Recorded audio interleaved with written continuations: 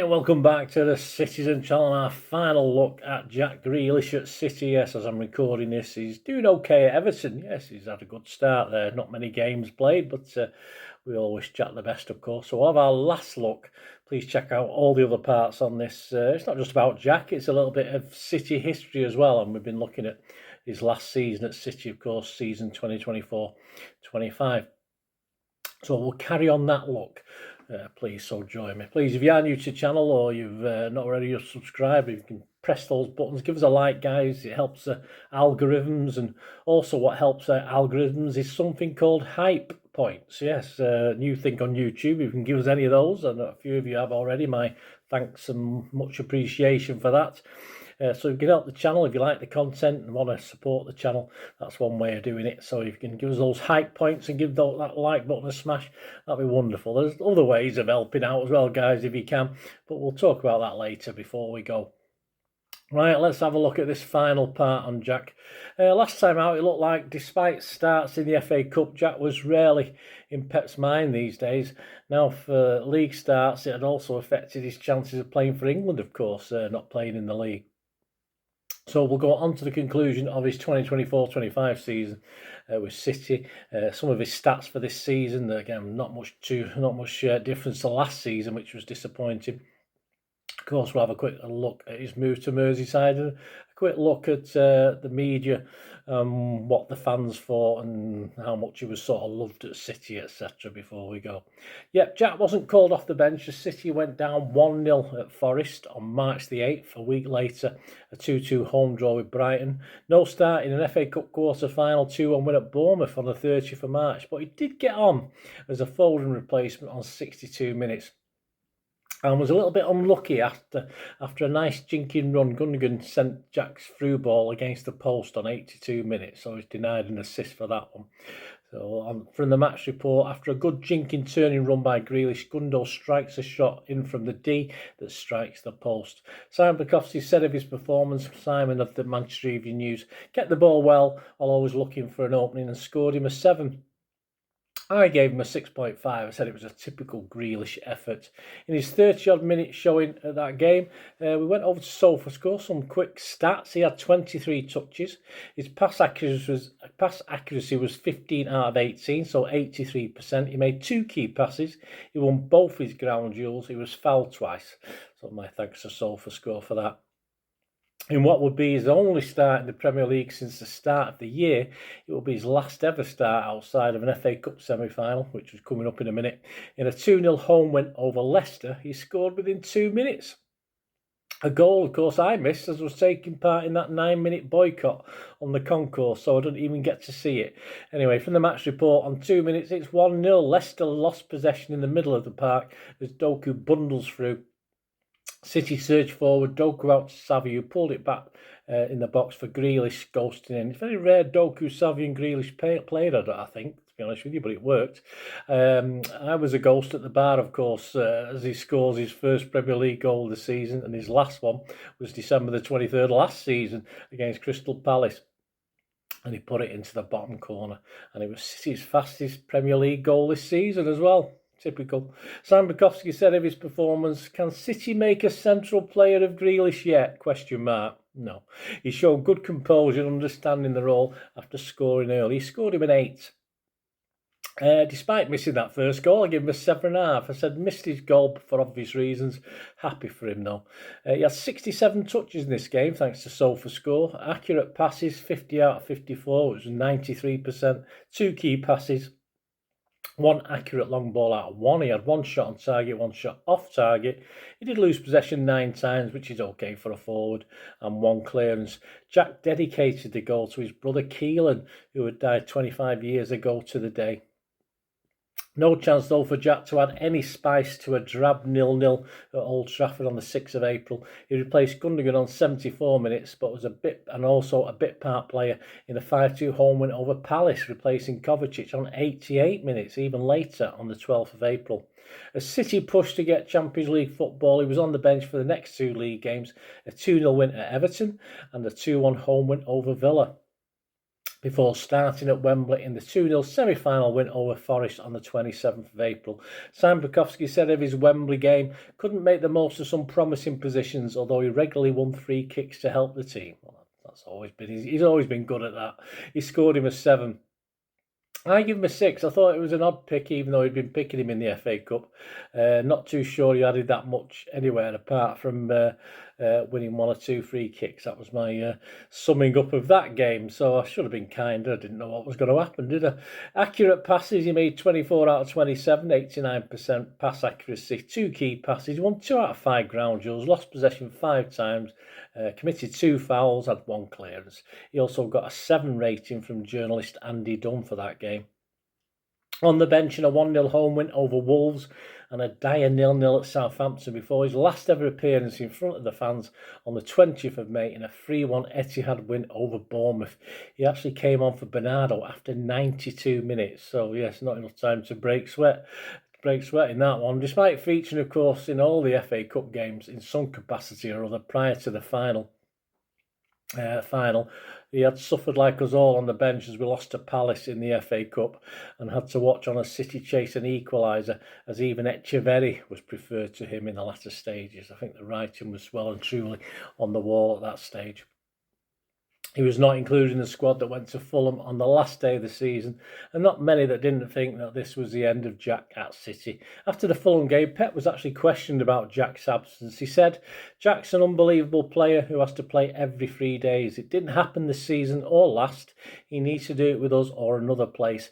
It's not personal. I'm the person who fought for him to come here and stay here. This and last season, I'm the one who said I want Jack Grealish." Simon Bukowski rated Jack's season just a 4 out of 10, which is a bit less than his overall average in the Player of the Season ratings, which I'll talk about in a minute. He said he was involved regularly in the first half of the season, but dropped off completely after Christmas. He didn't do too badly when he played, he just didn't play anywhere near the number of times he should. His stats for this season where nothing ever really got going for Jack. He made 7 Premier League starts and 13 substitute appearances, 1 goal and 1 assist. In the FA Cup, just 4 starts and 1 sub appearances with 1 goal and 3 assists. In the Champions League, he made 4 starts, 2 sub appearances, scoring 1 goal. In the Carabao Cup, he made 1 appearance and created 1 assist.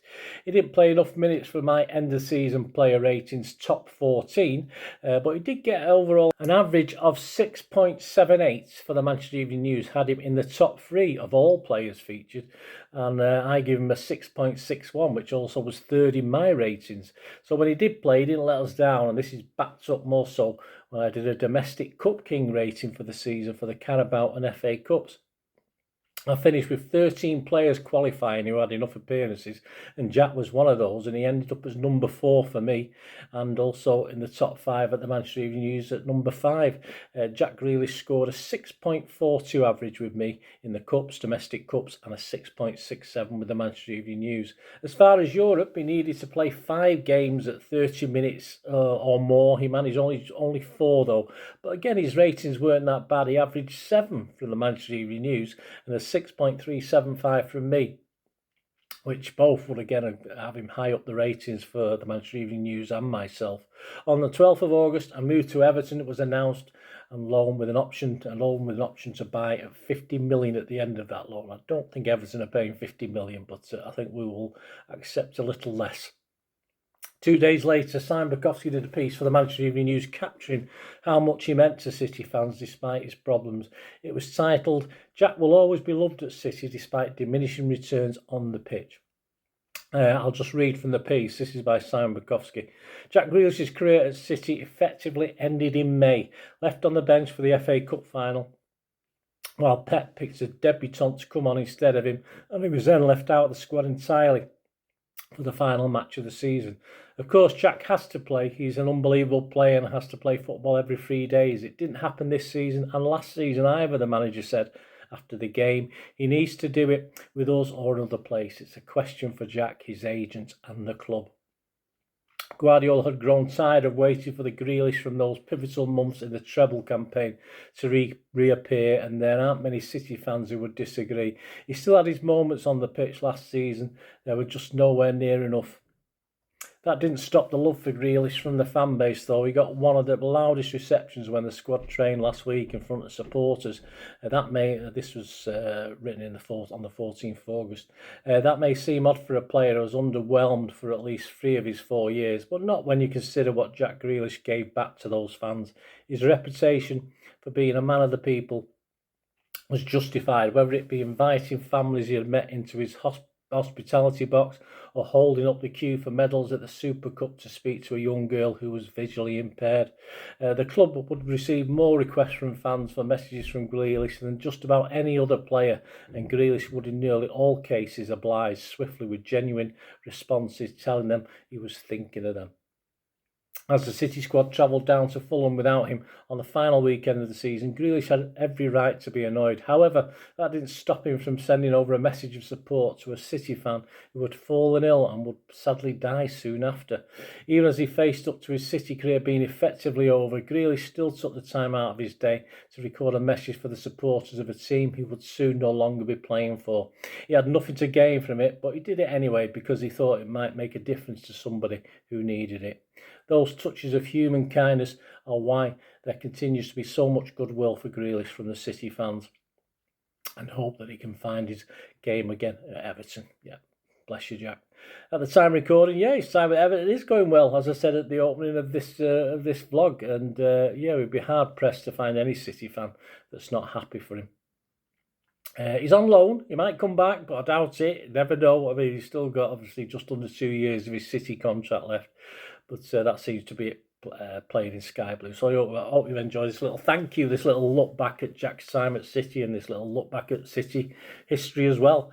I hope you've enjoyed it. It was a pleasure to do it. Thanks, Jack. It was a pleasure to watch you, and I'm sure we'll be watching you again when you come back. Just don't do too much damage to us, please. That's all we ask. Anyway, any memories, guys, let me know of Jack, your memories, your favourite. Perhaps he did a message for you, or perhaps he did something for you. Let me know. It'd be great to hear from you and share those memories with me. That'd be wonderful. So please, as I said before, smash those buttons. If you like the channel, if you like the content, you want to get in touch with me, or you just want to help support the channel, there are ways of doing it. And all you ever have to do is keep watching and listening. Thanks for that, guys. Hope you enjoyed the feature anyway, and please, if you can, give us a thumbs up, give us a like, that'd be wonderful. And if you're not already a subscriber, it'd be great if you could subscribe. It's absolutely free. Also, check out all my social media links. They'll be in the description and comments below if you want to follow me on TikTok, Instagram, X, Facebook. We can chat on there and do all things City, of course. Also, if you're into film and TV, don't forget a lot of this channel is film and TV stuff. I love my film and TV like I do City, so if you're into that, have a look. Or even know somebody who might not be that bothered about the football but likes film and TV, give them a kick in my direction. I'll be very grateful. And special thanks as ever to supporters of the channel. Piat6505, they've got a little eBay shop selling film and TV memorabilia mainly, including books, magazines, posters, lots of posters, and they do have some City stuff as well that they've purloined off me over time, so there'll be a few bits and pieces, probably more going on as well. So have a look at Piat6505 on eBay. And yes, if you do go onto eBay, and if you're a member, we do have memberships, 99p a month. You get early access to all my vlogs, so as soon as I do them, you get them. Sometimes it could be months before they're published generally, so a lot of the history stuff, so you have access. The membership gives you access to that. It gives you 10% extra off at Piat6505 if you want to buy any of that memorabilia. That's all that you can actually gain that from being a member and support the channel. That's a great way of supporting the channel, of course, like watching the ads on the original thing that you've seen now, my original feature. That'd be fantastic.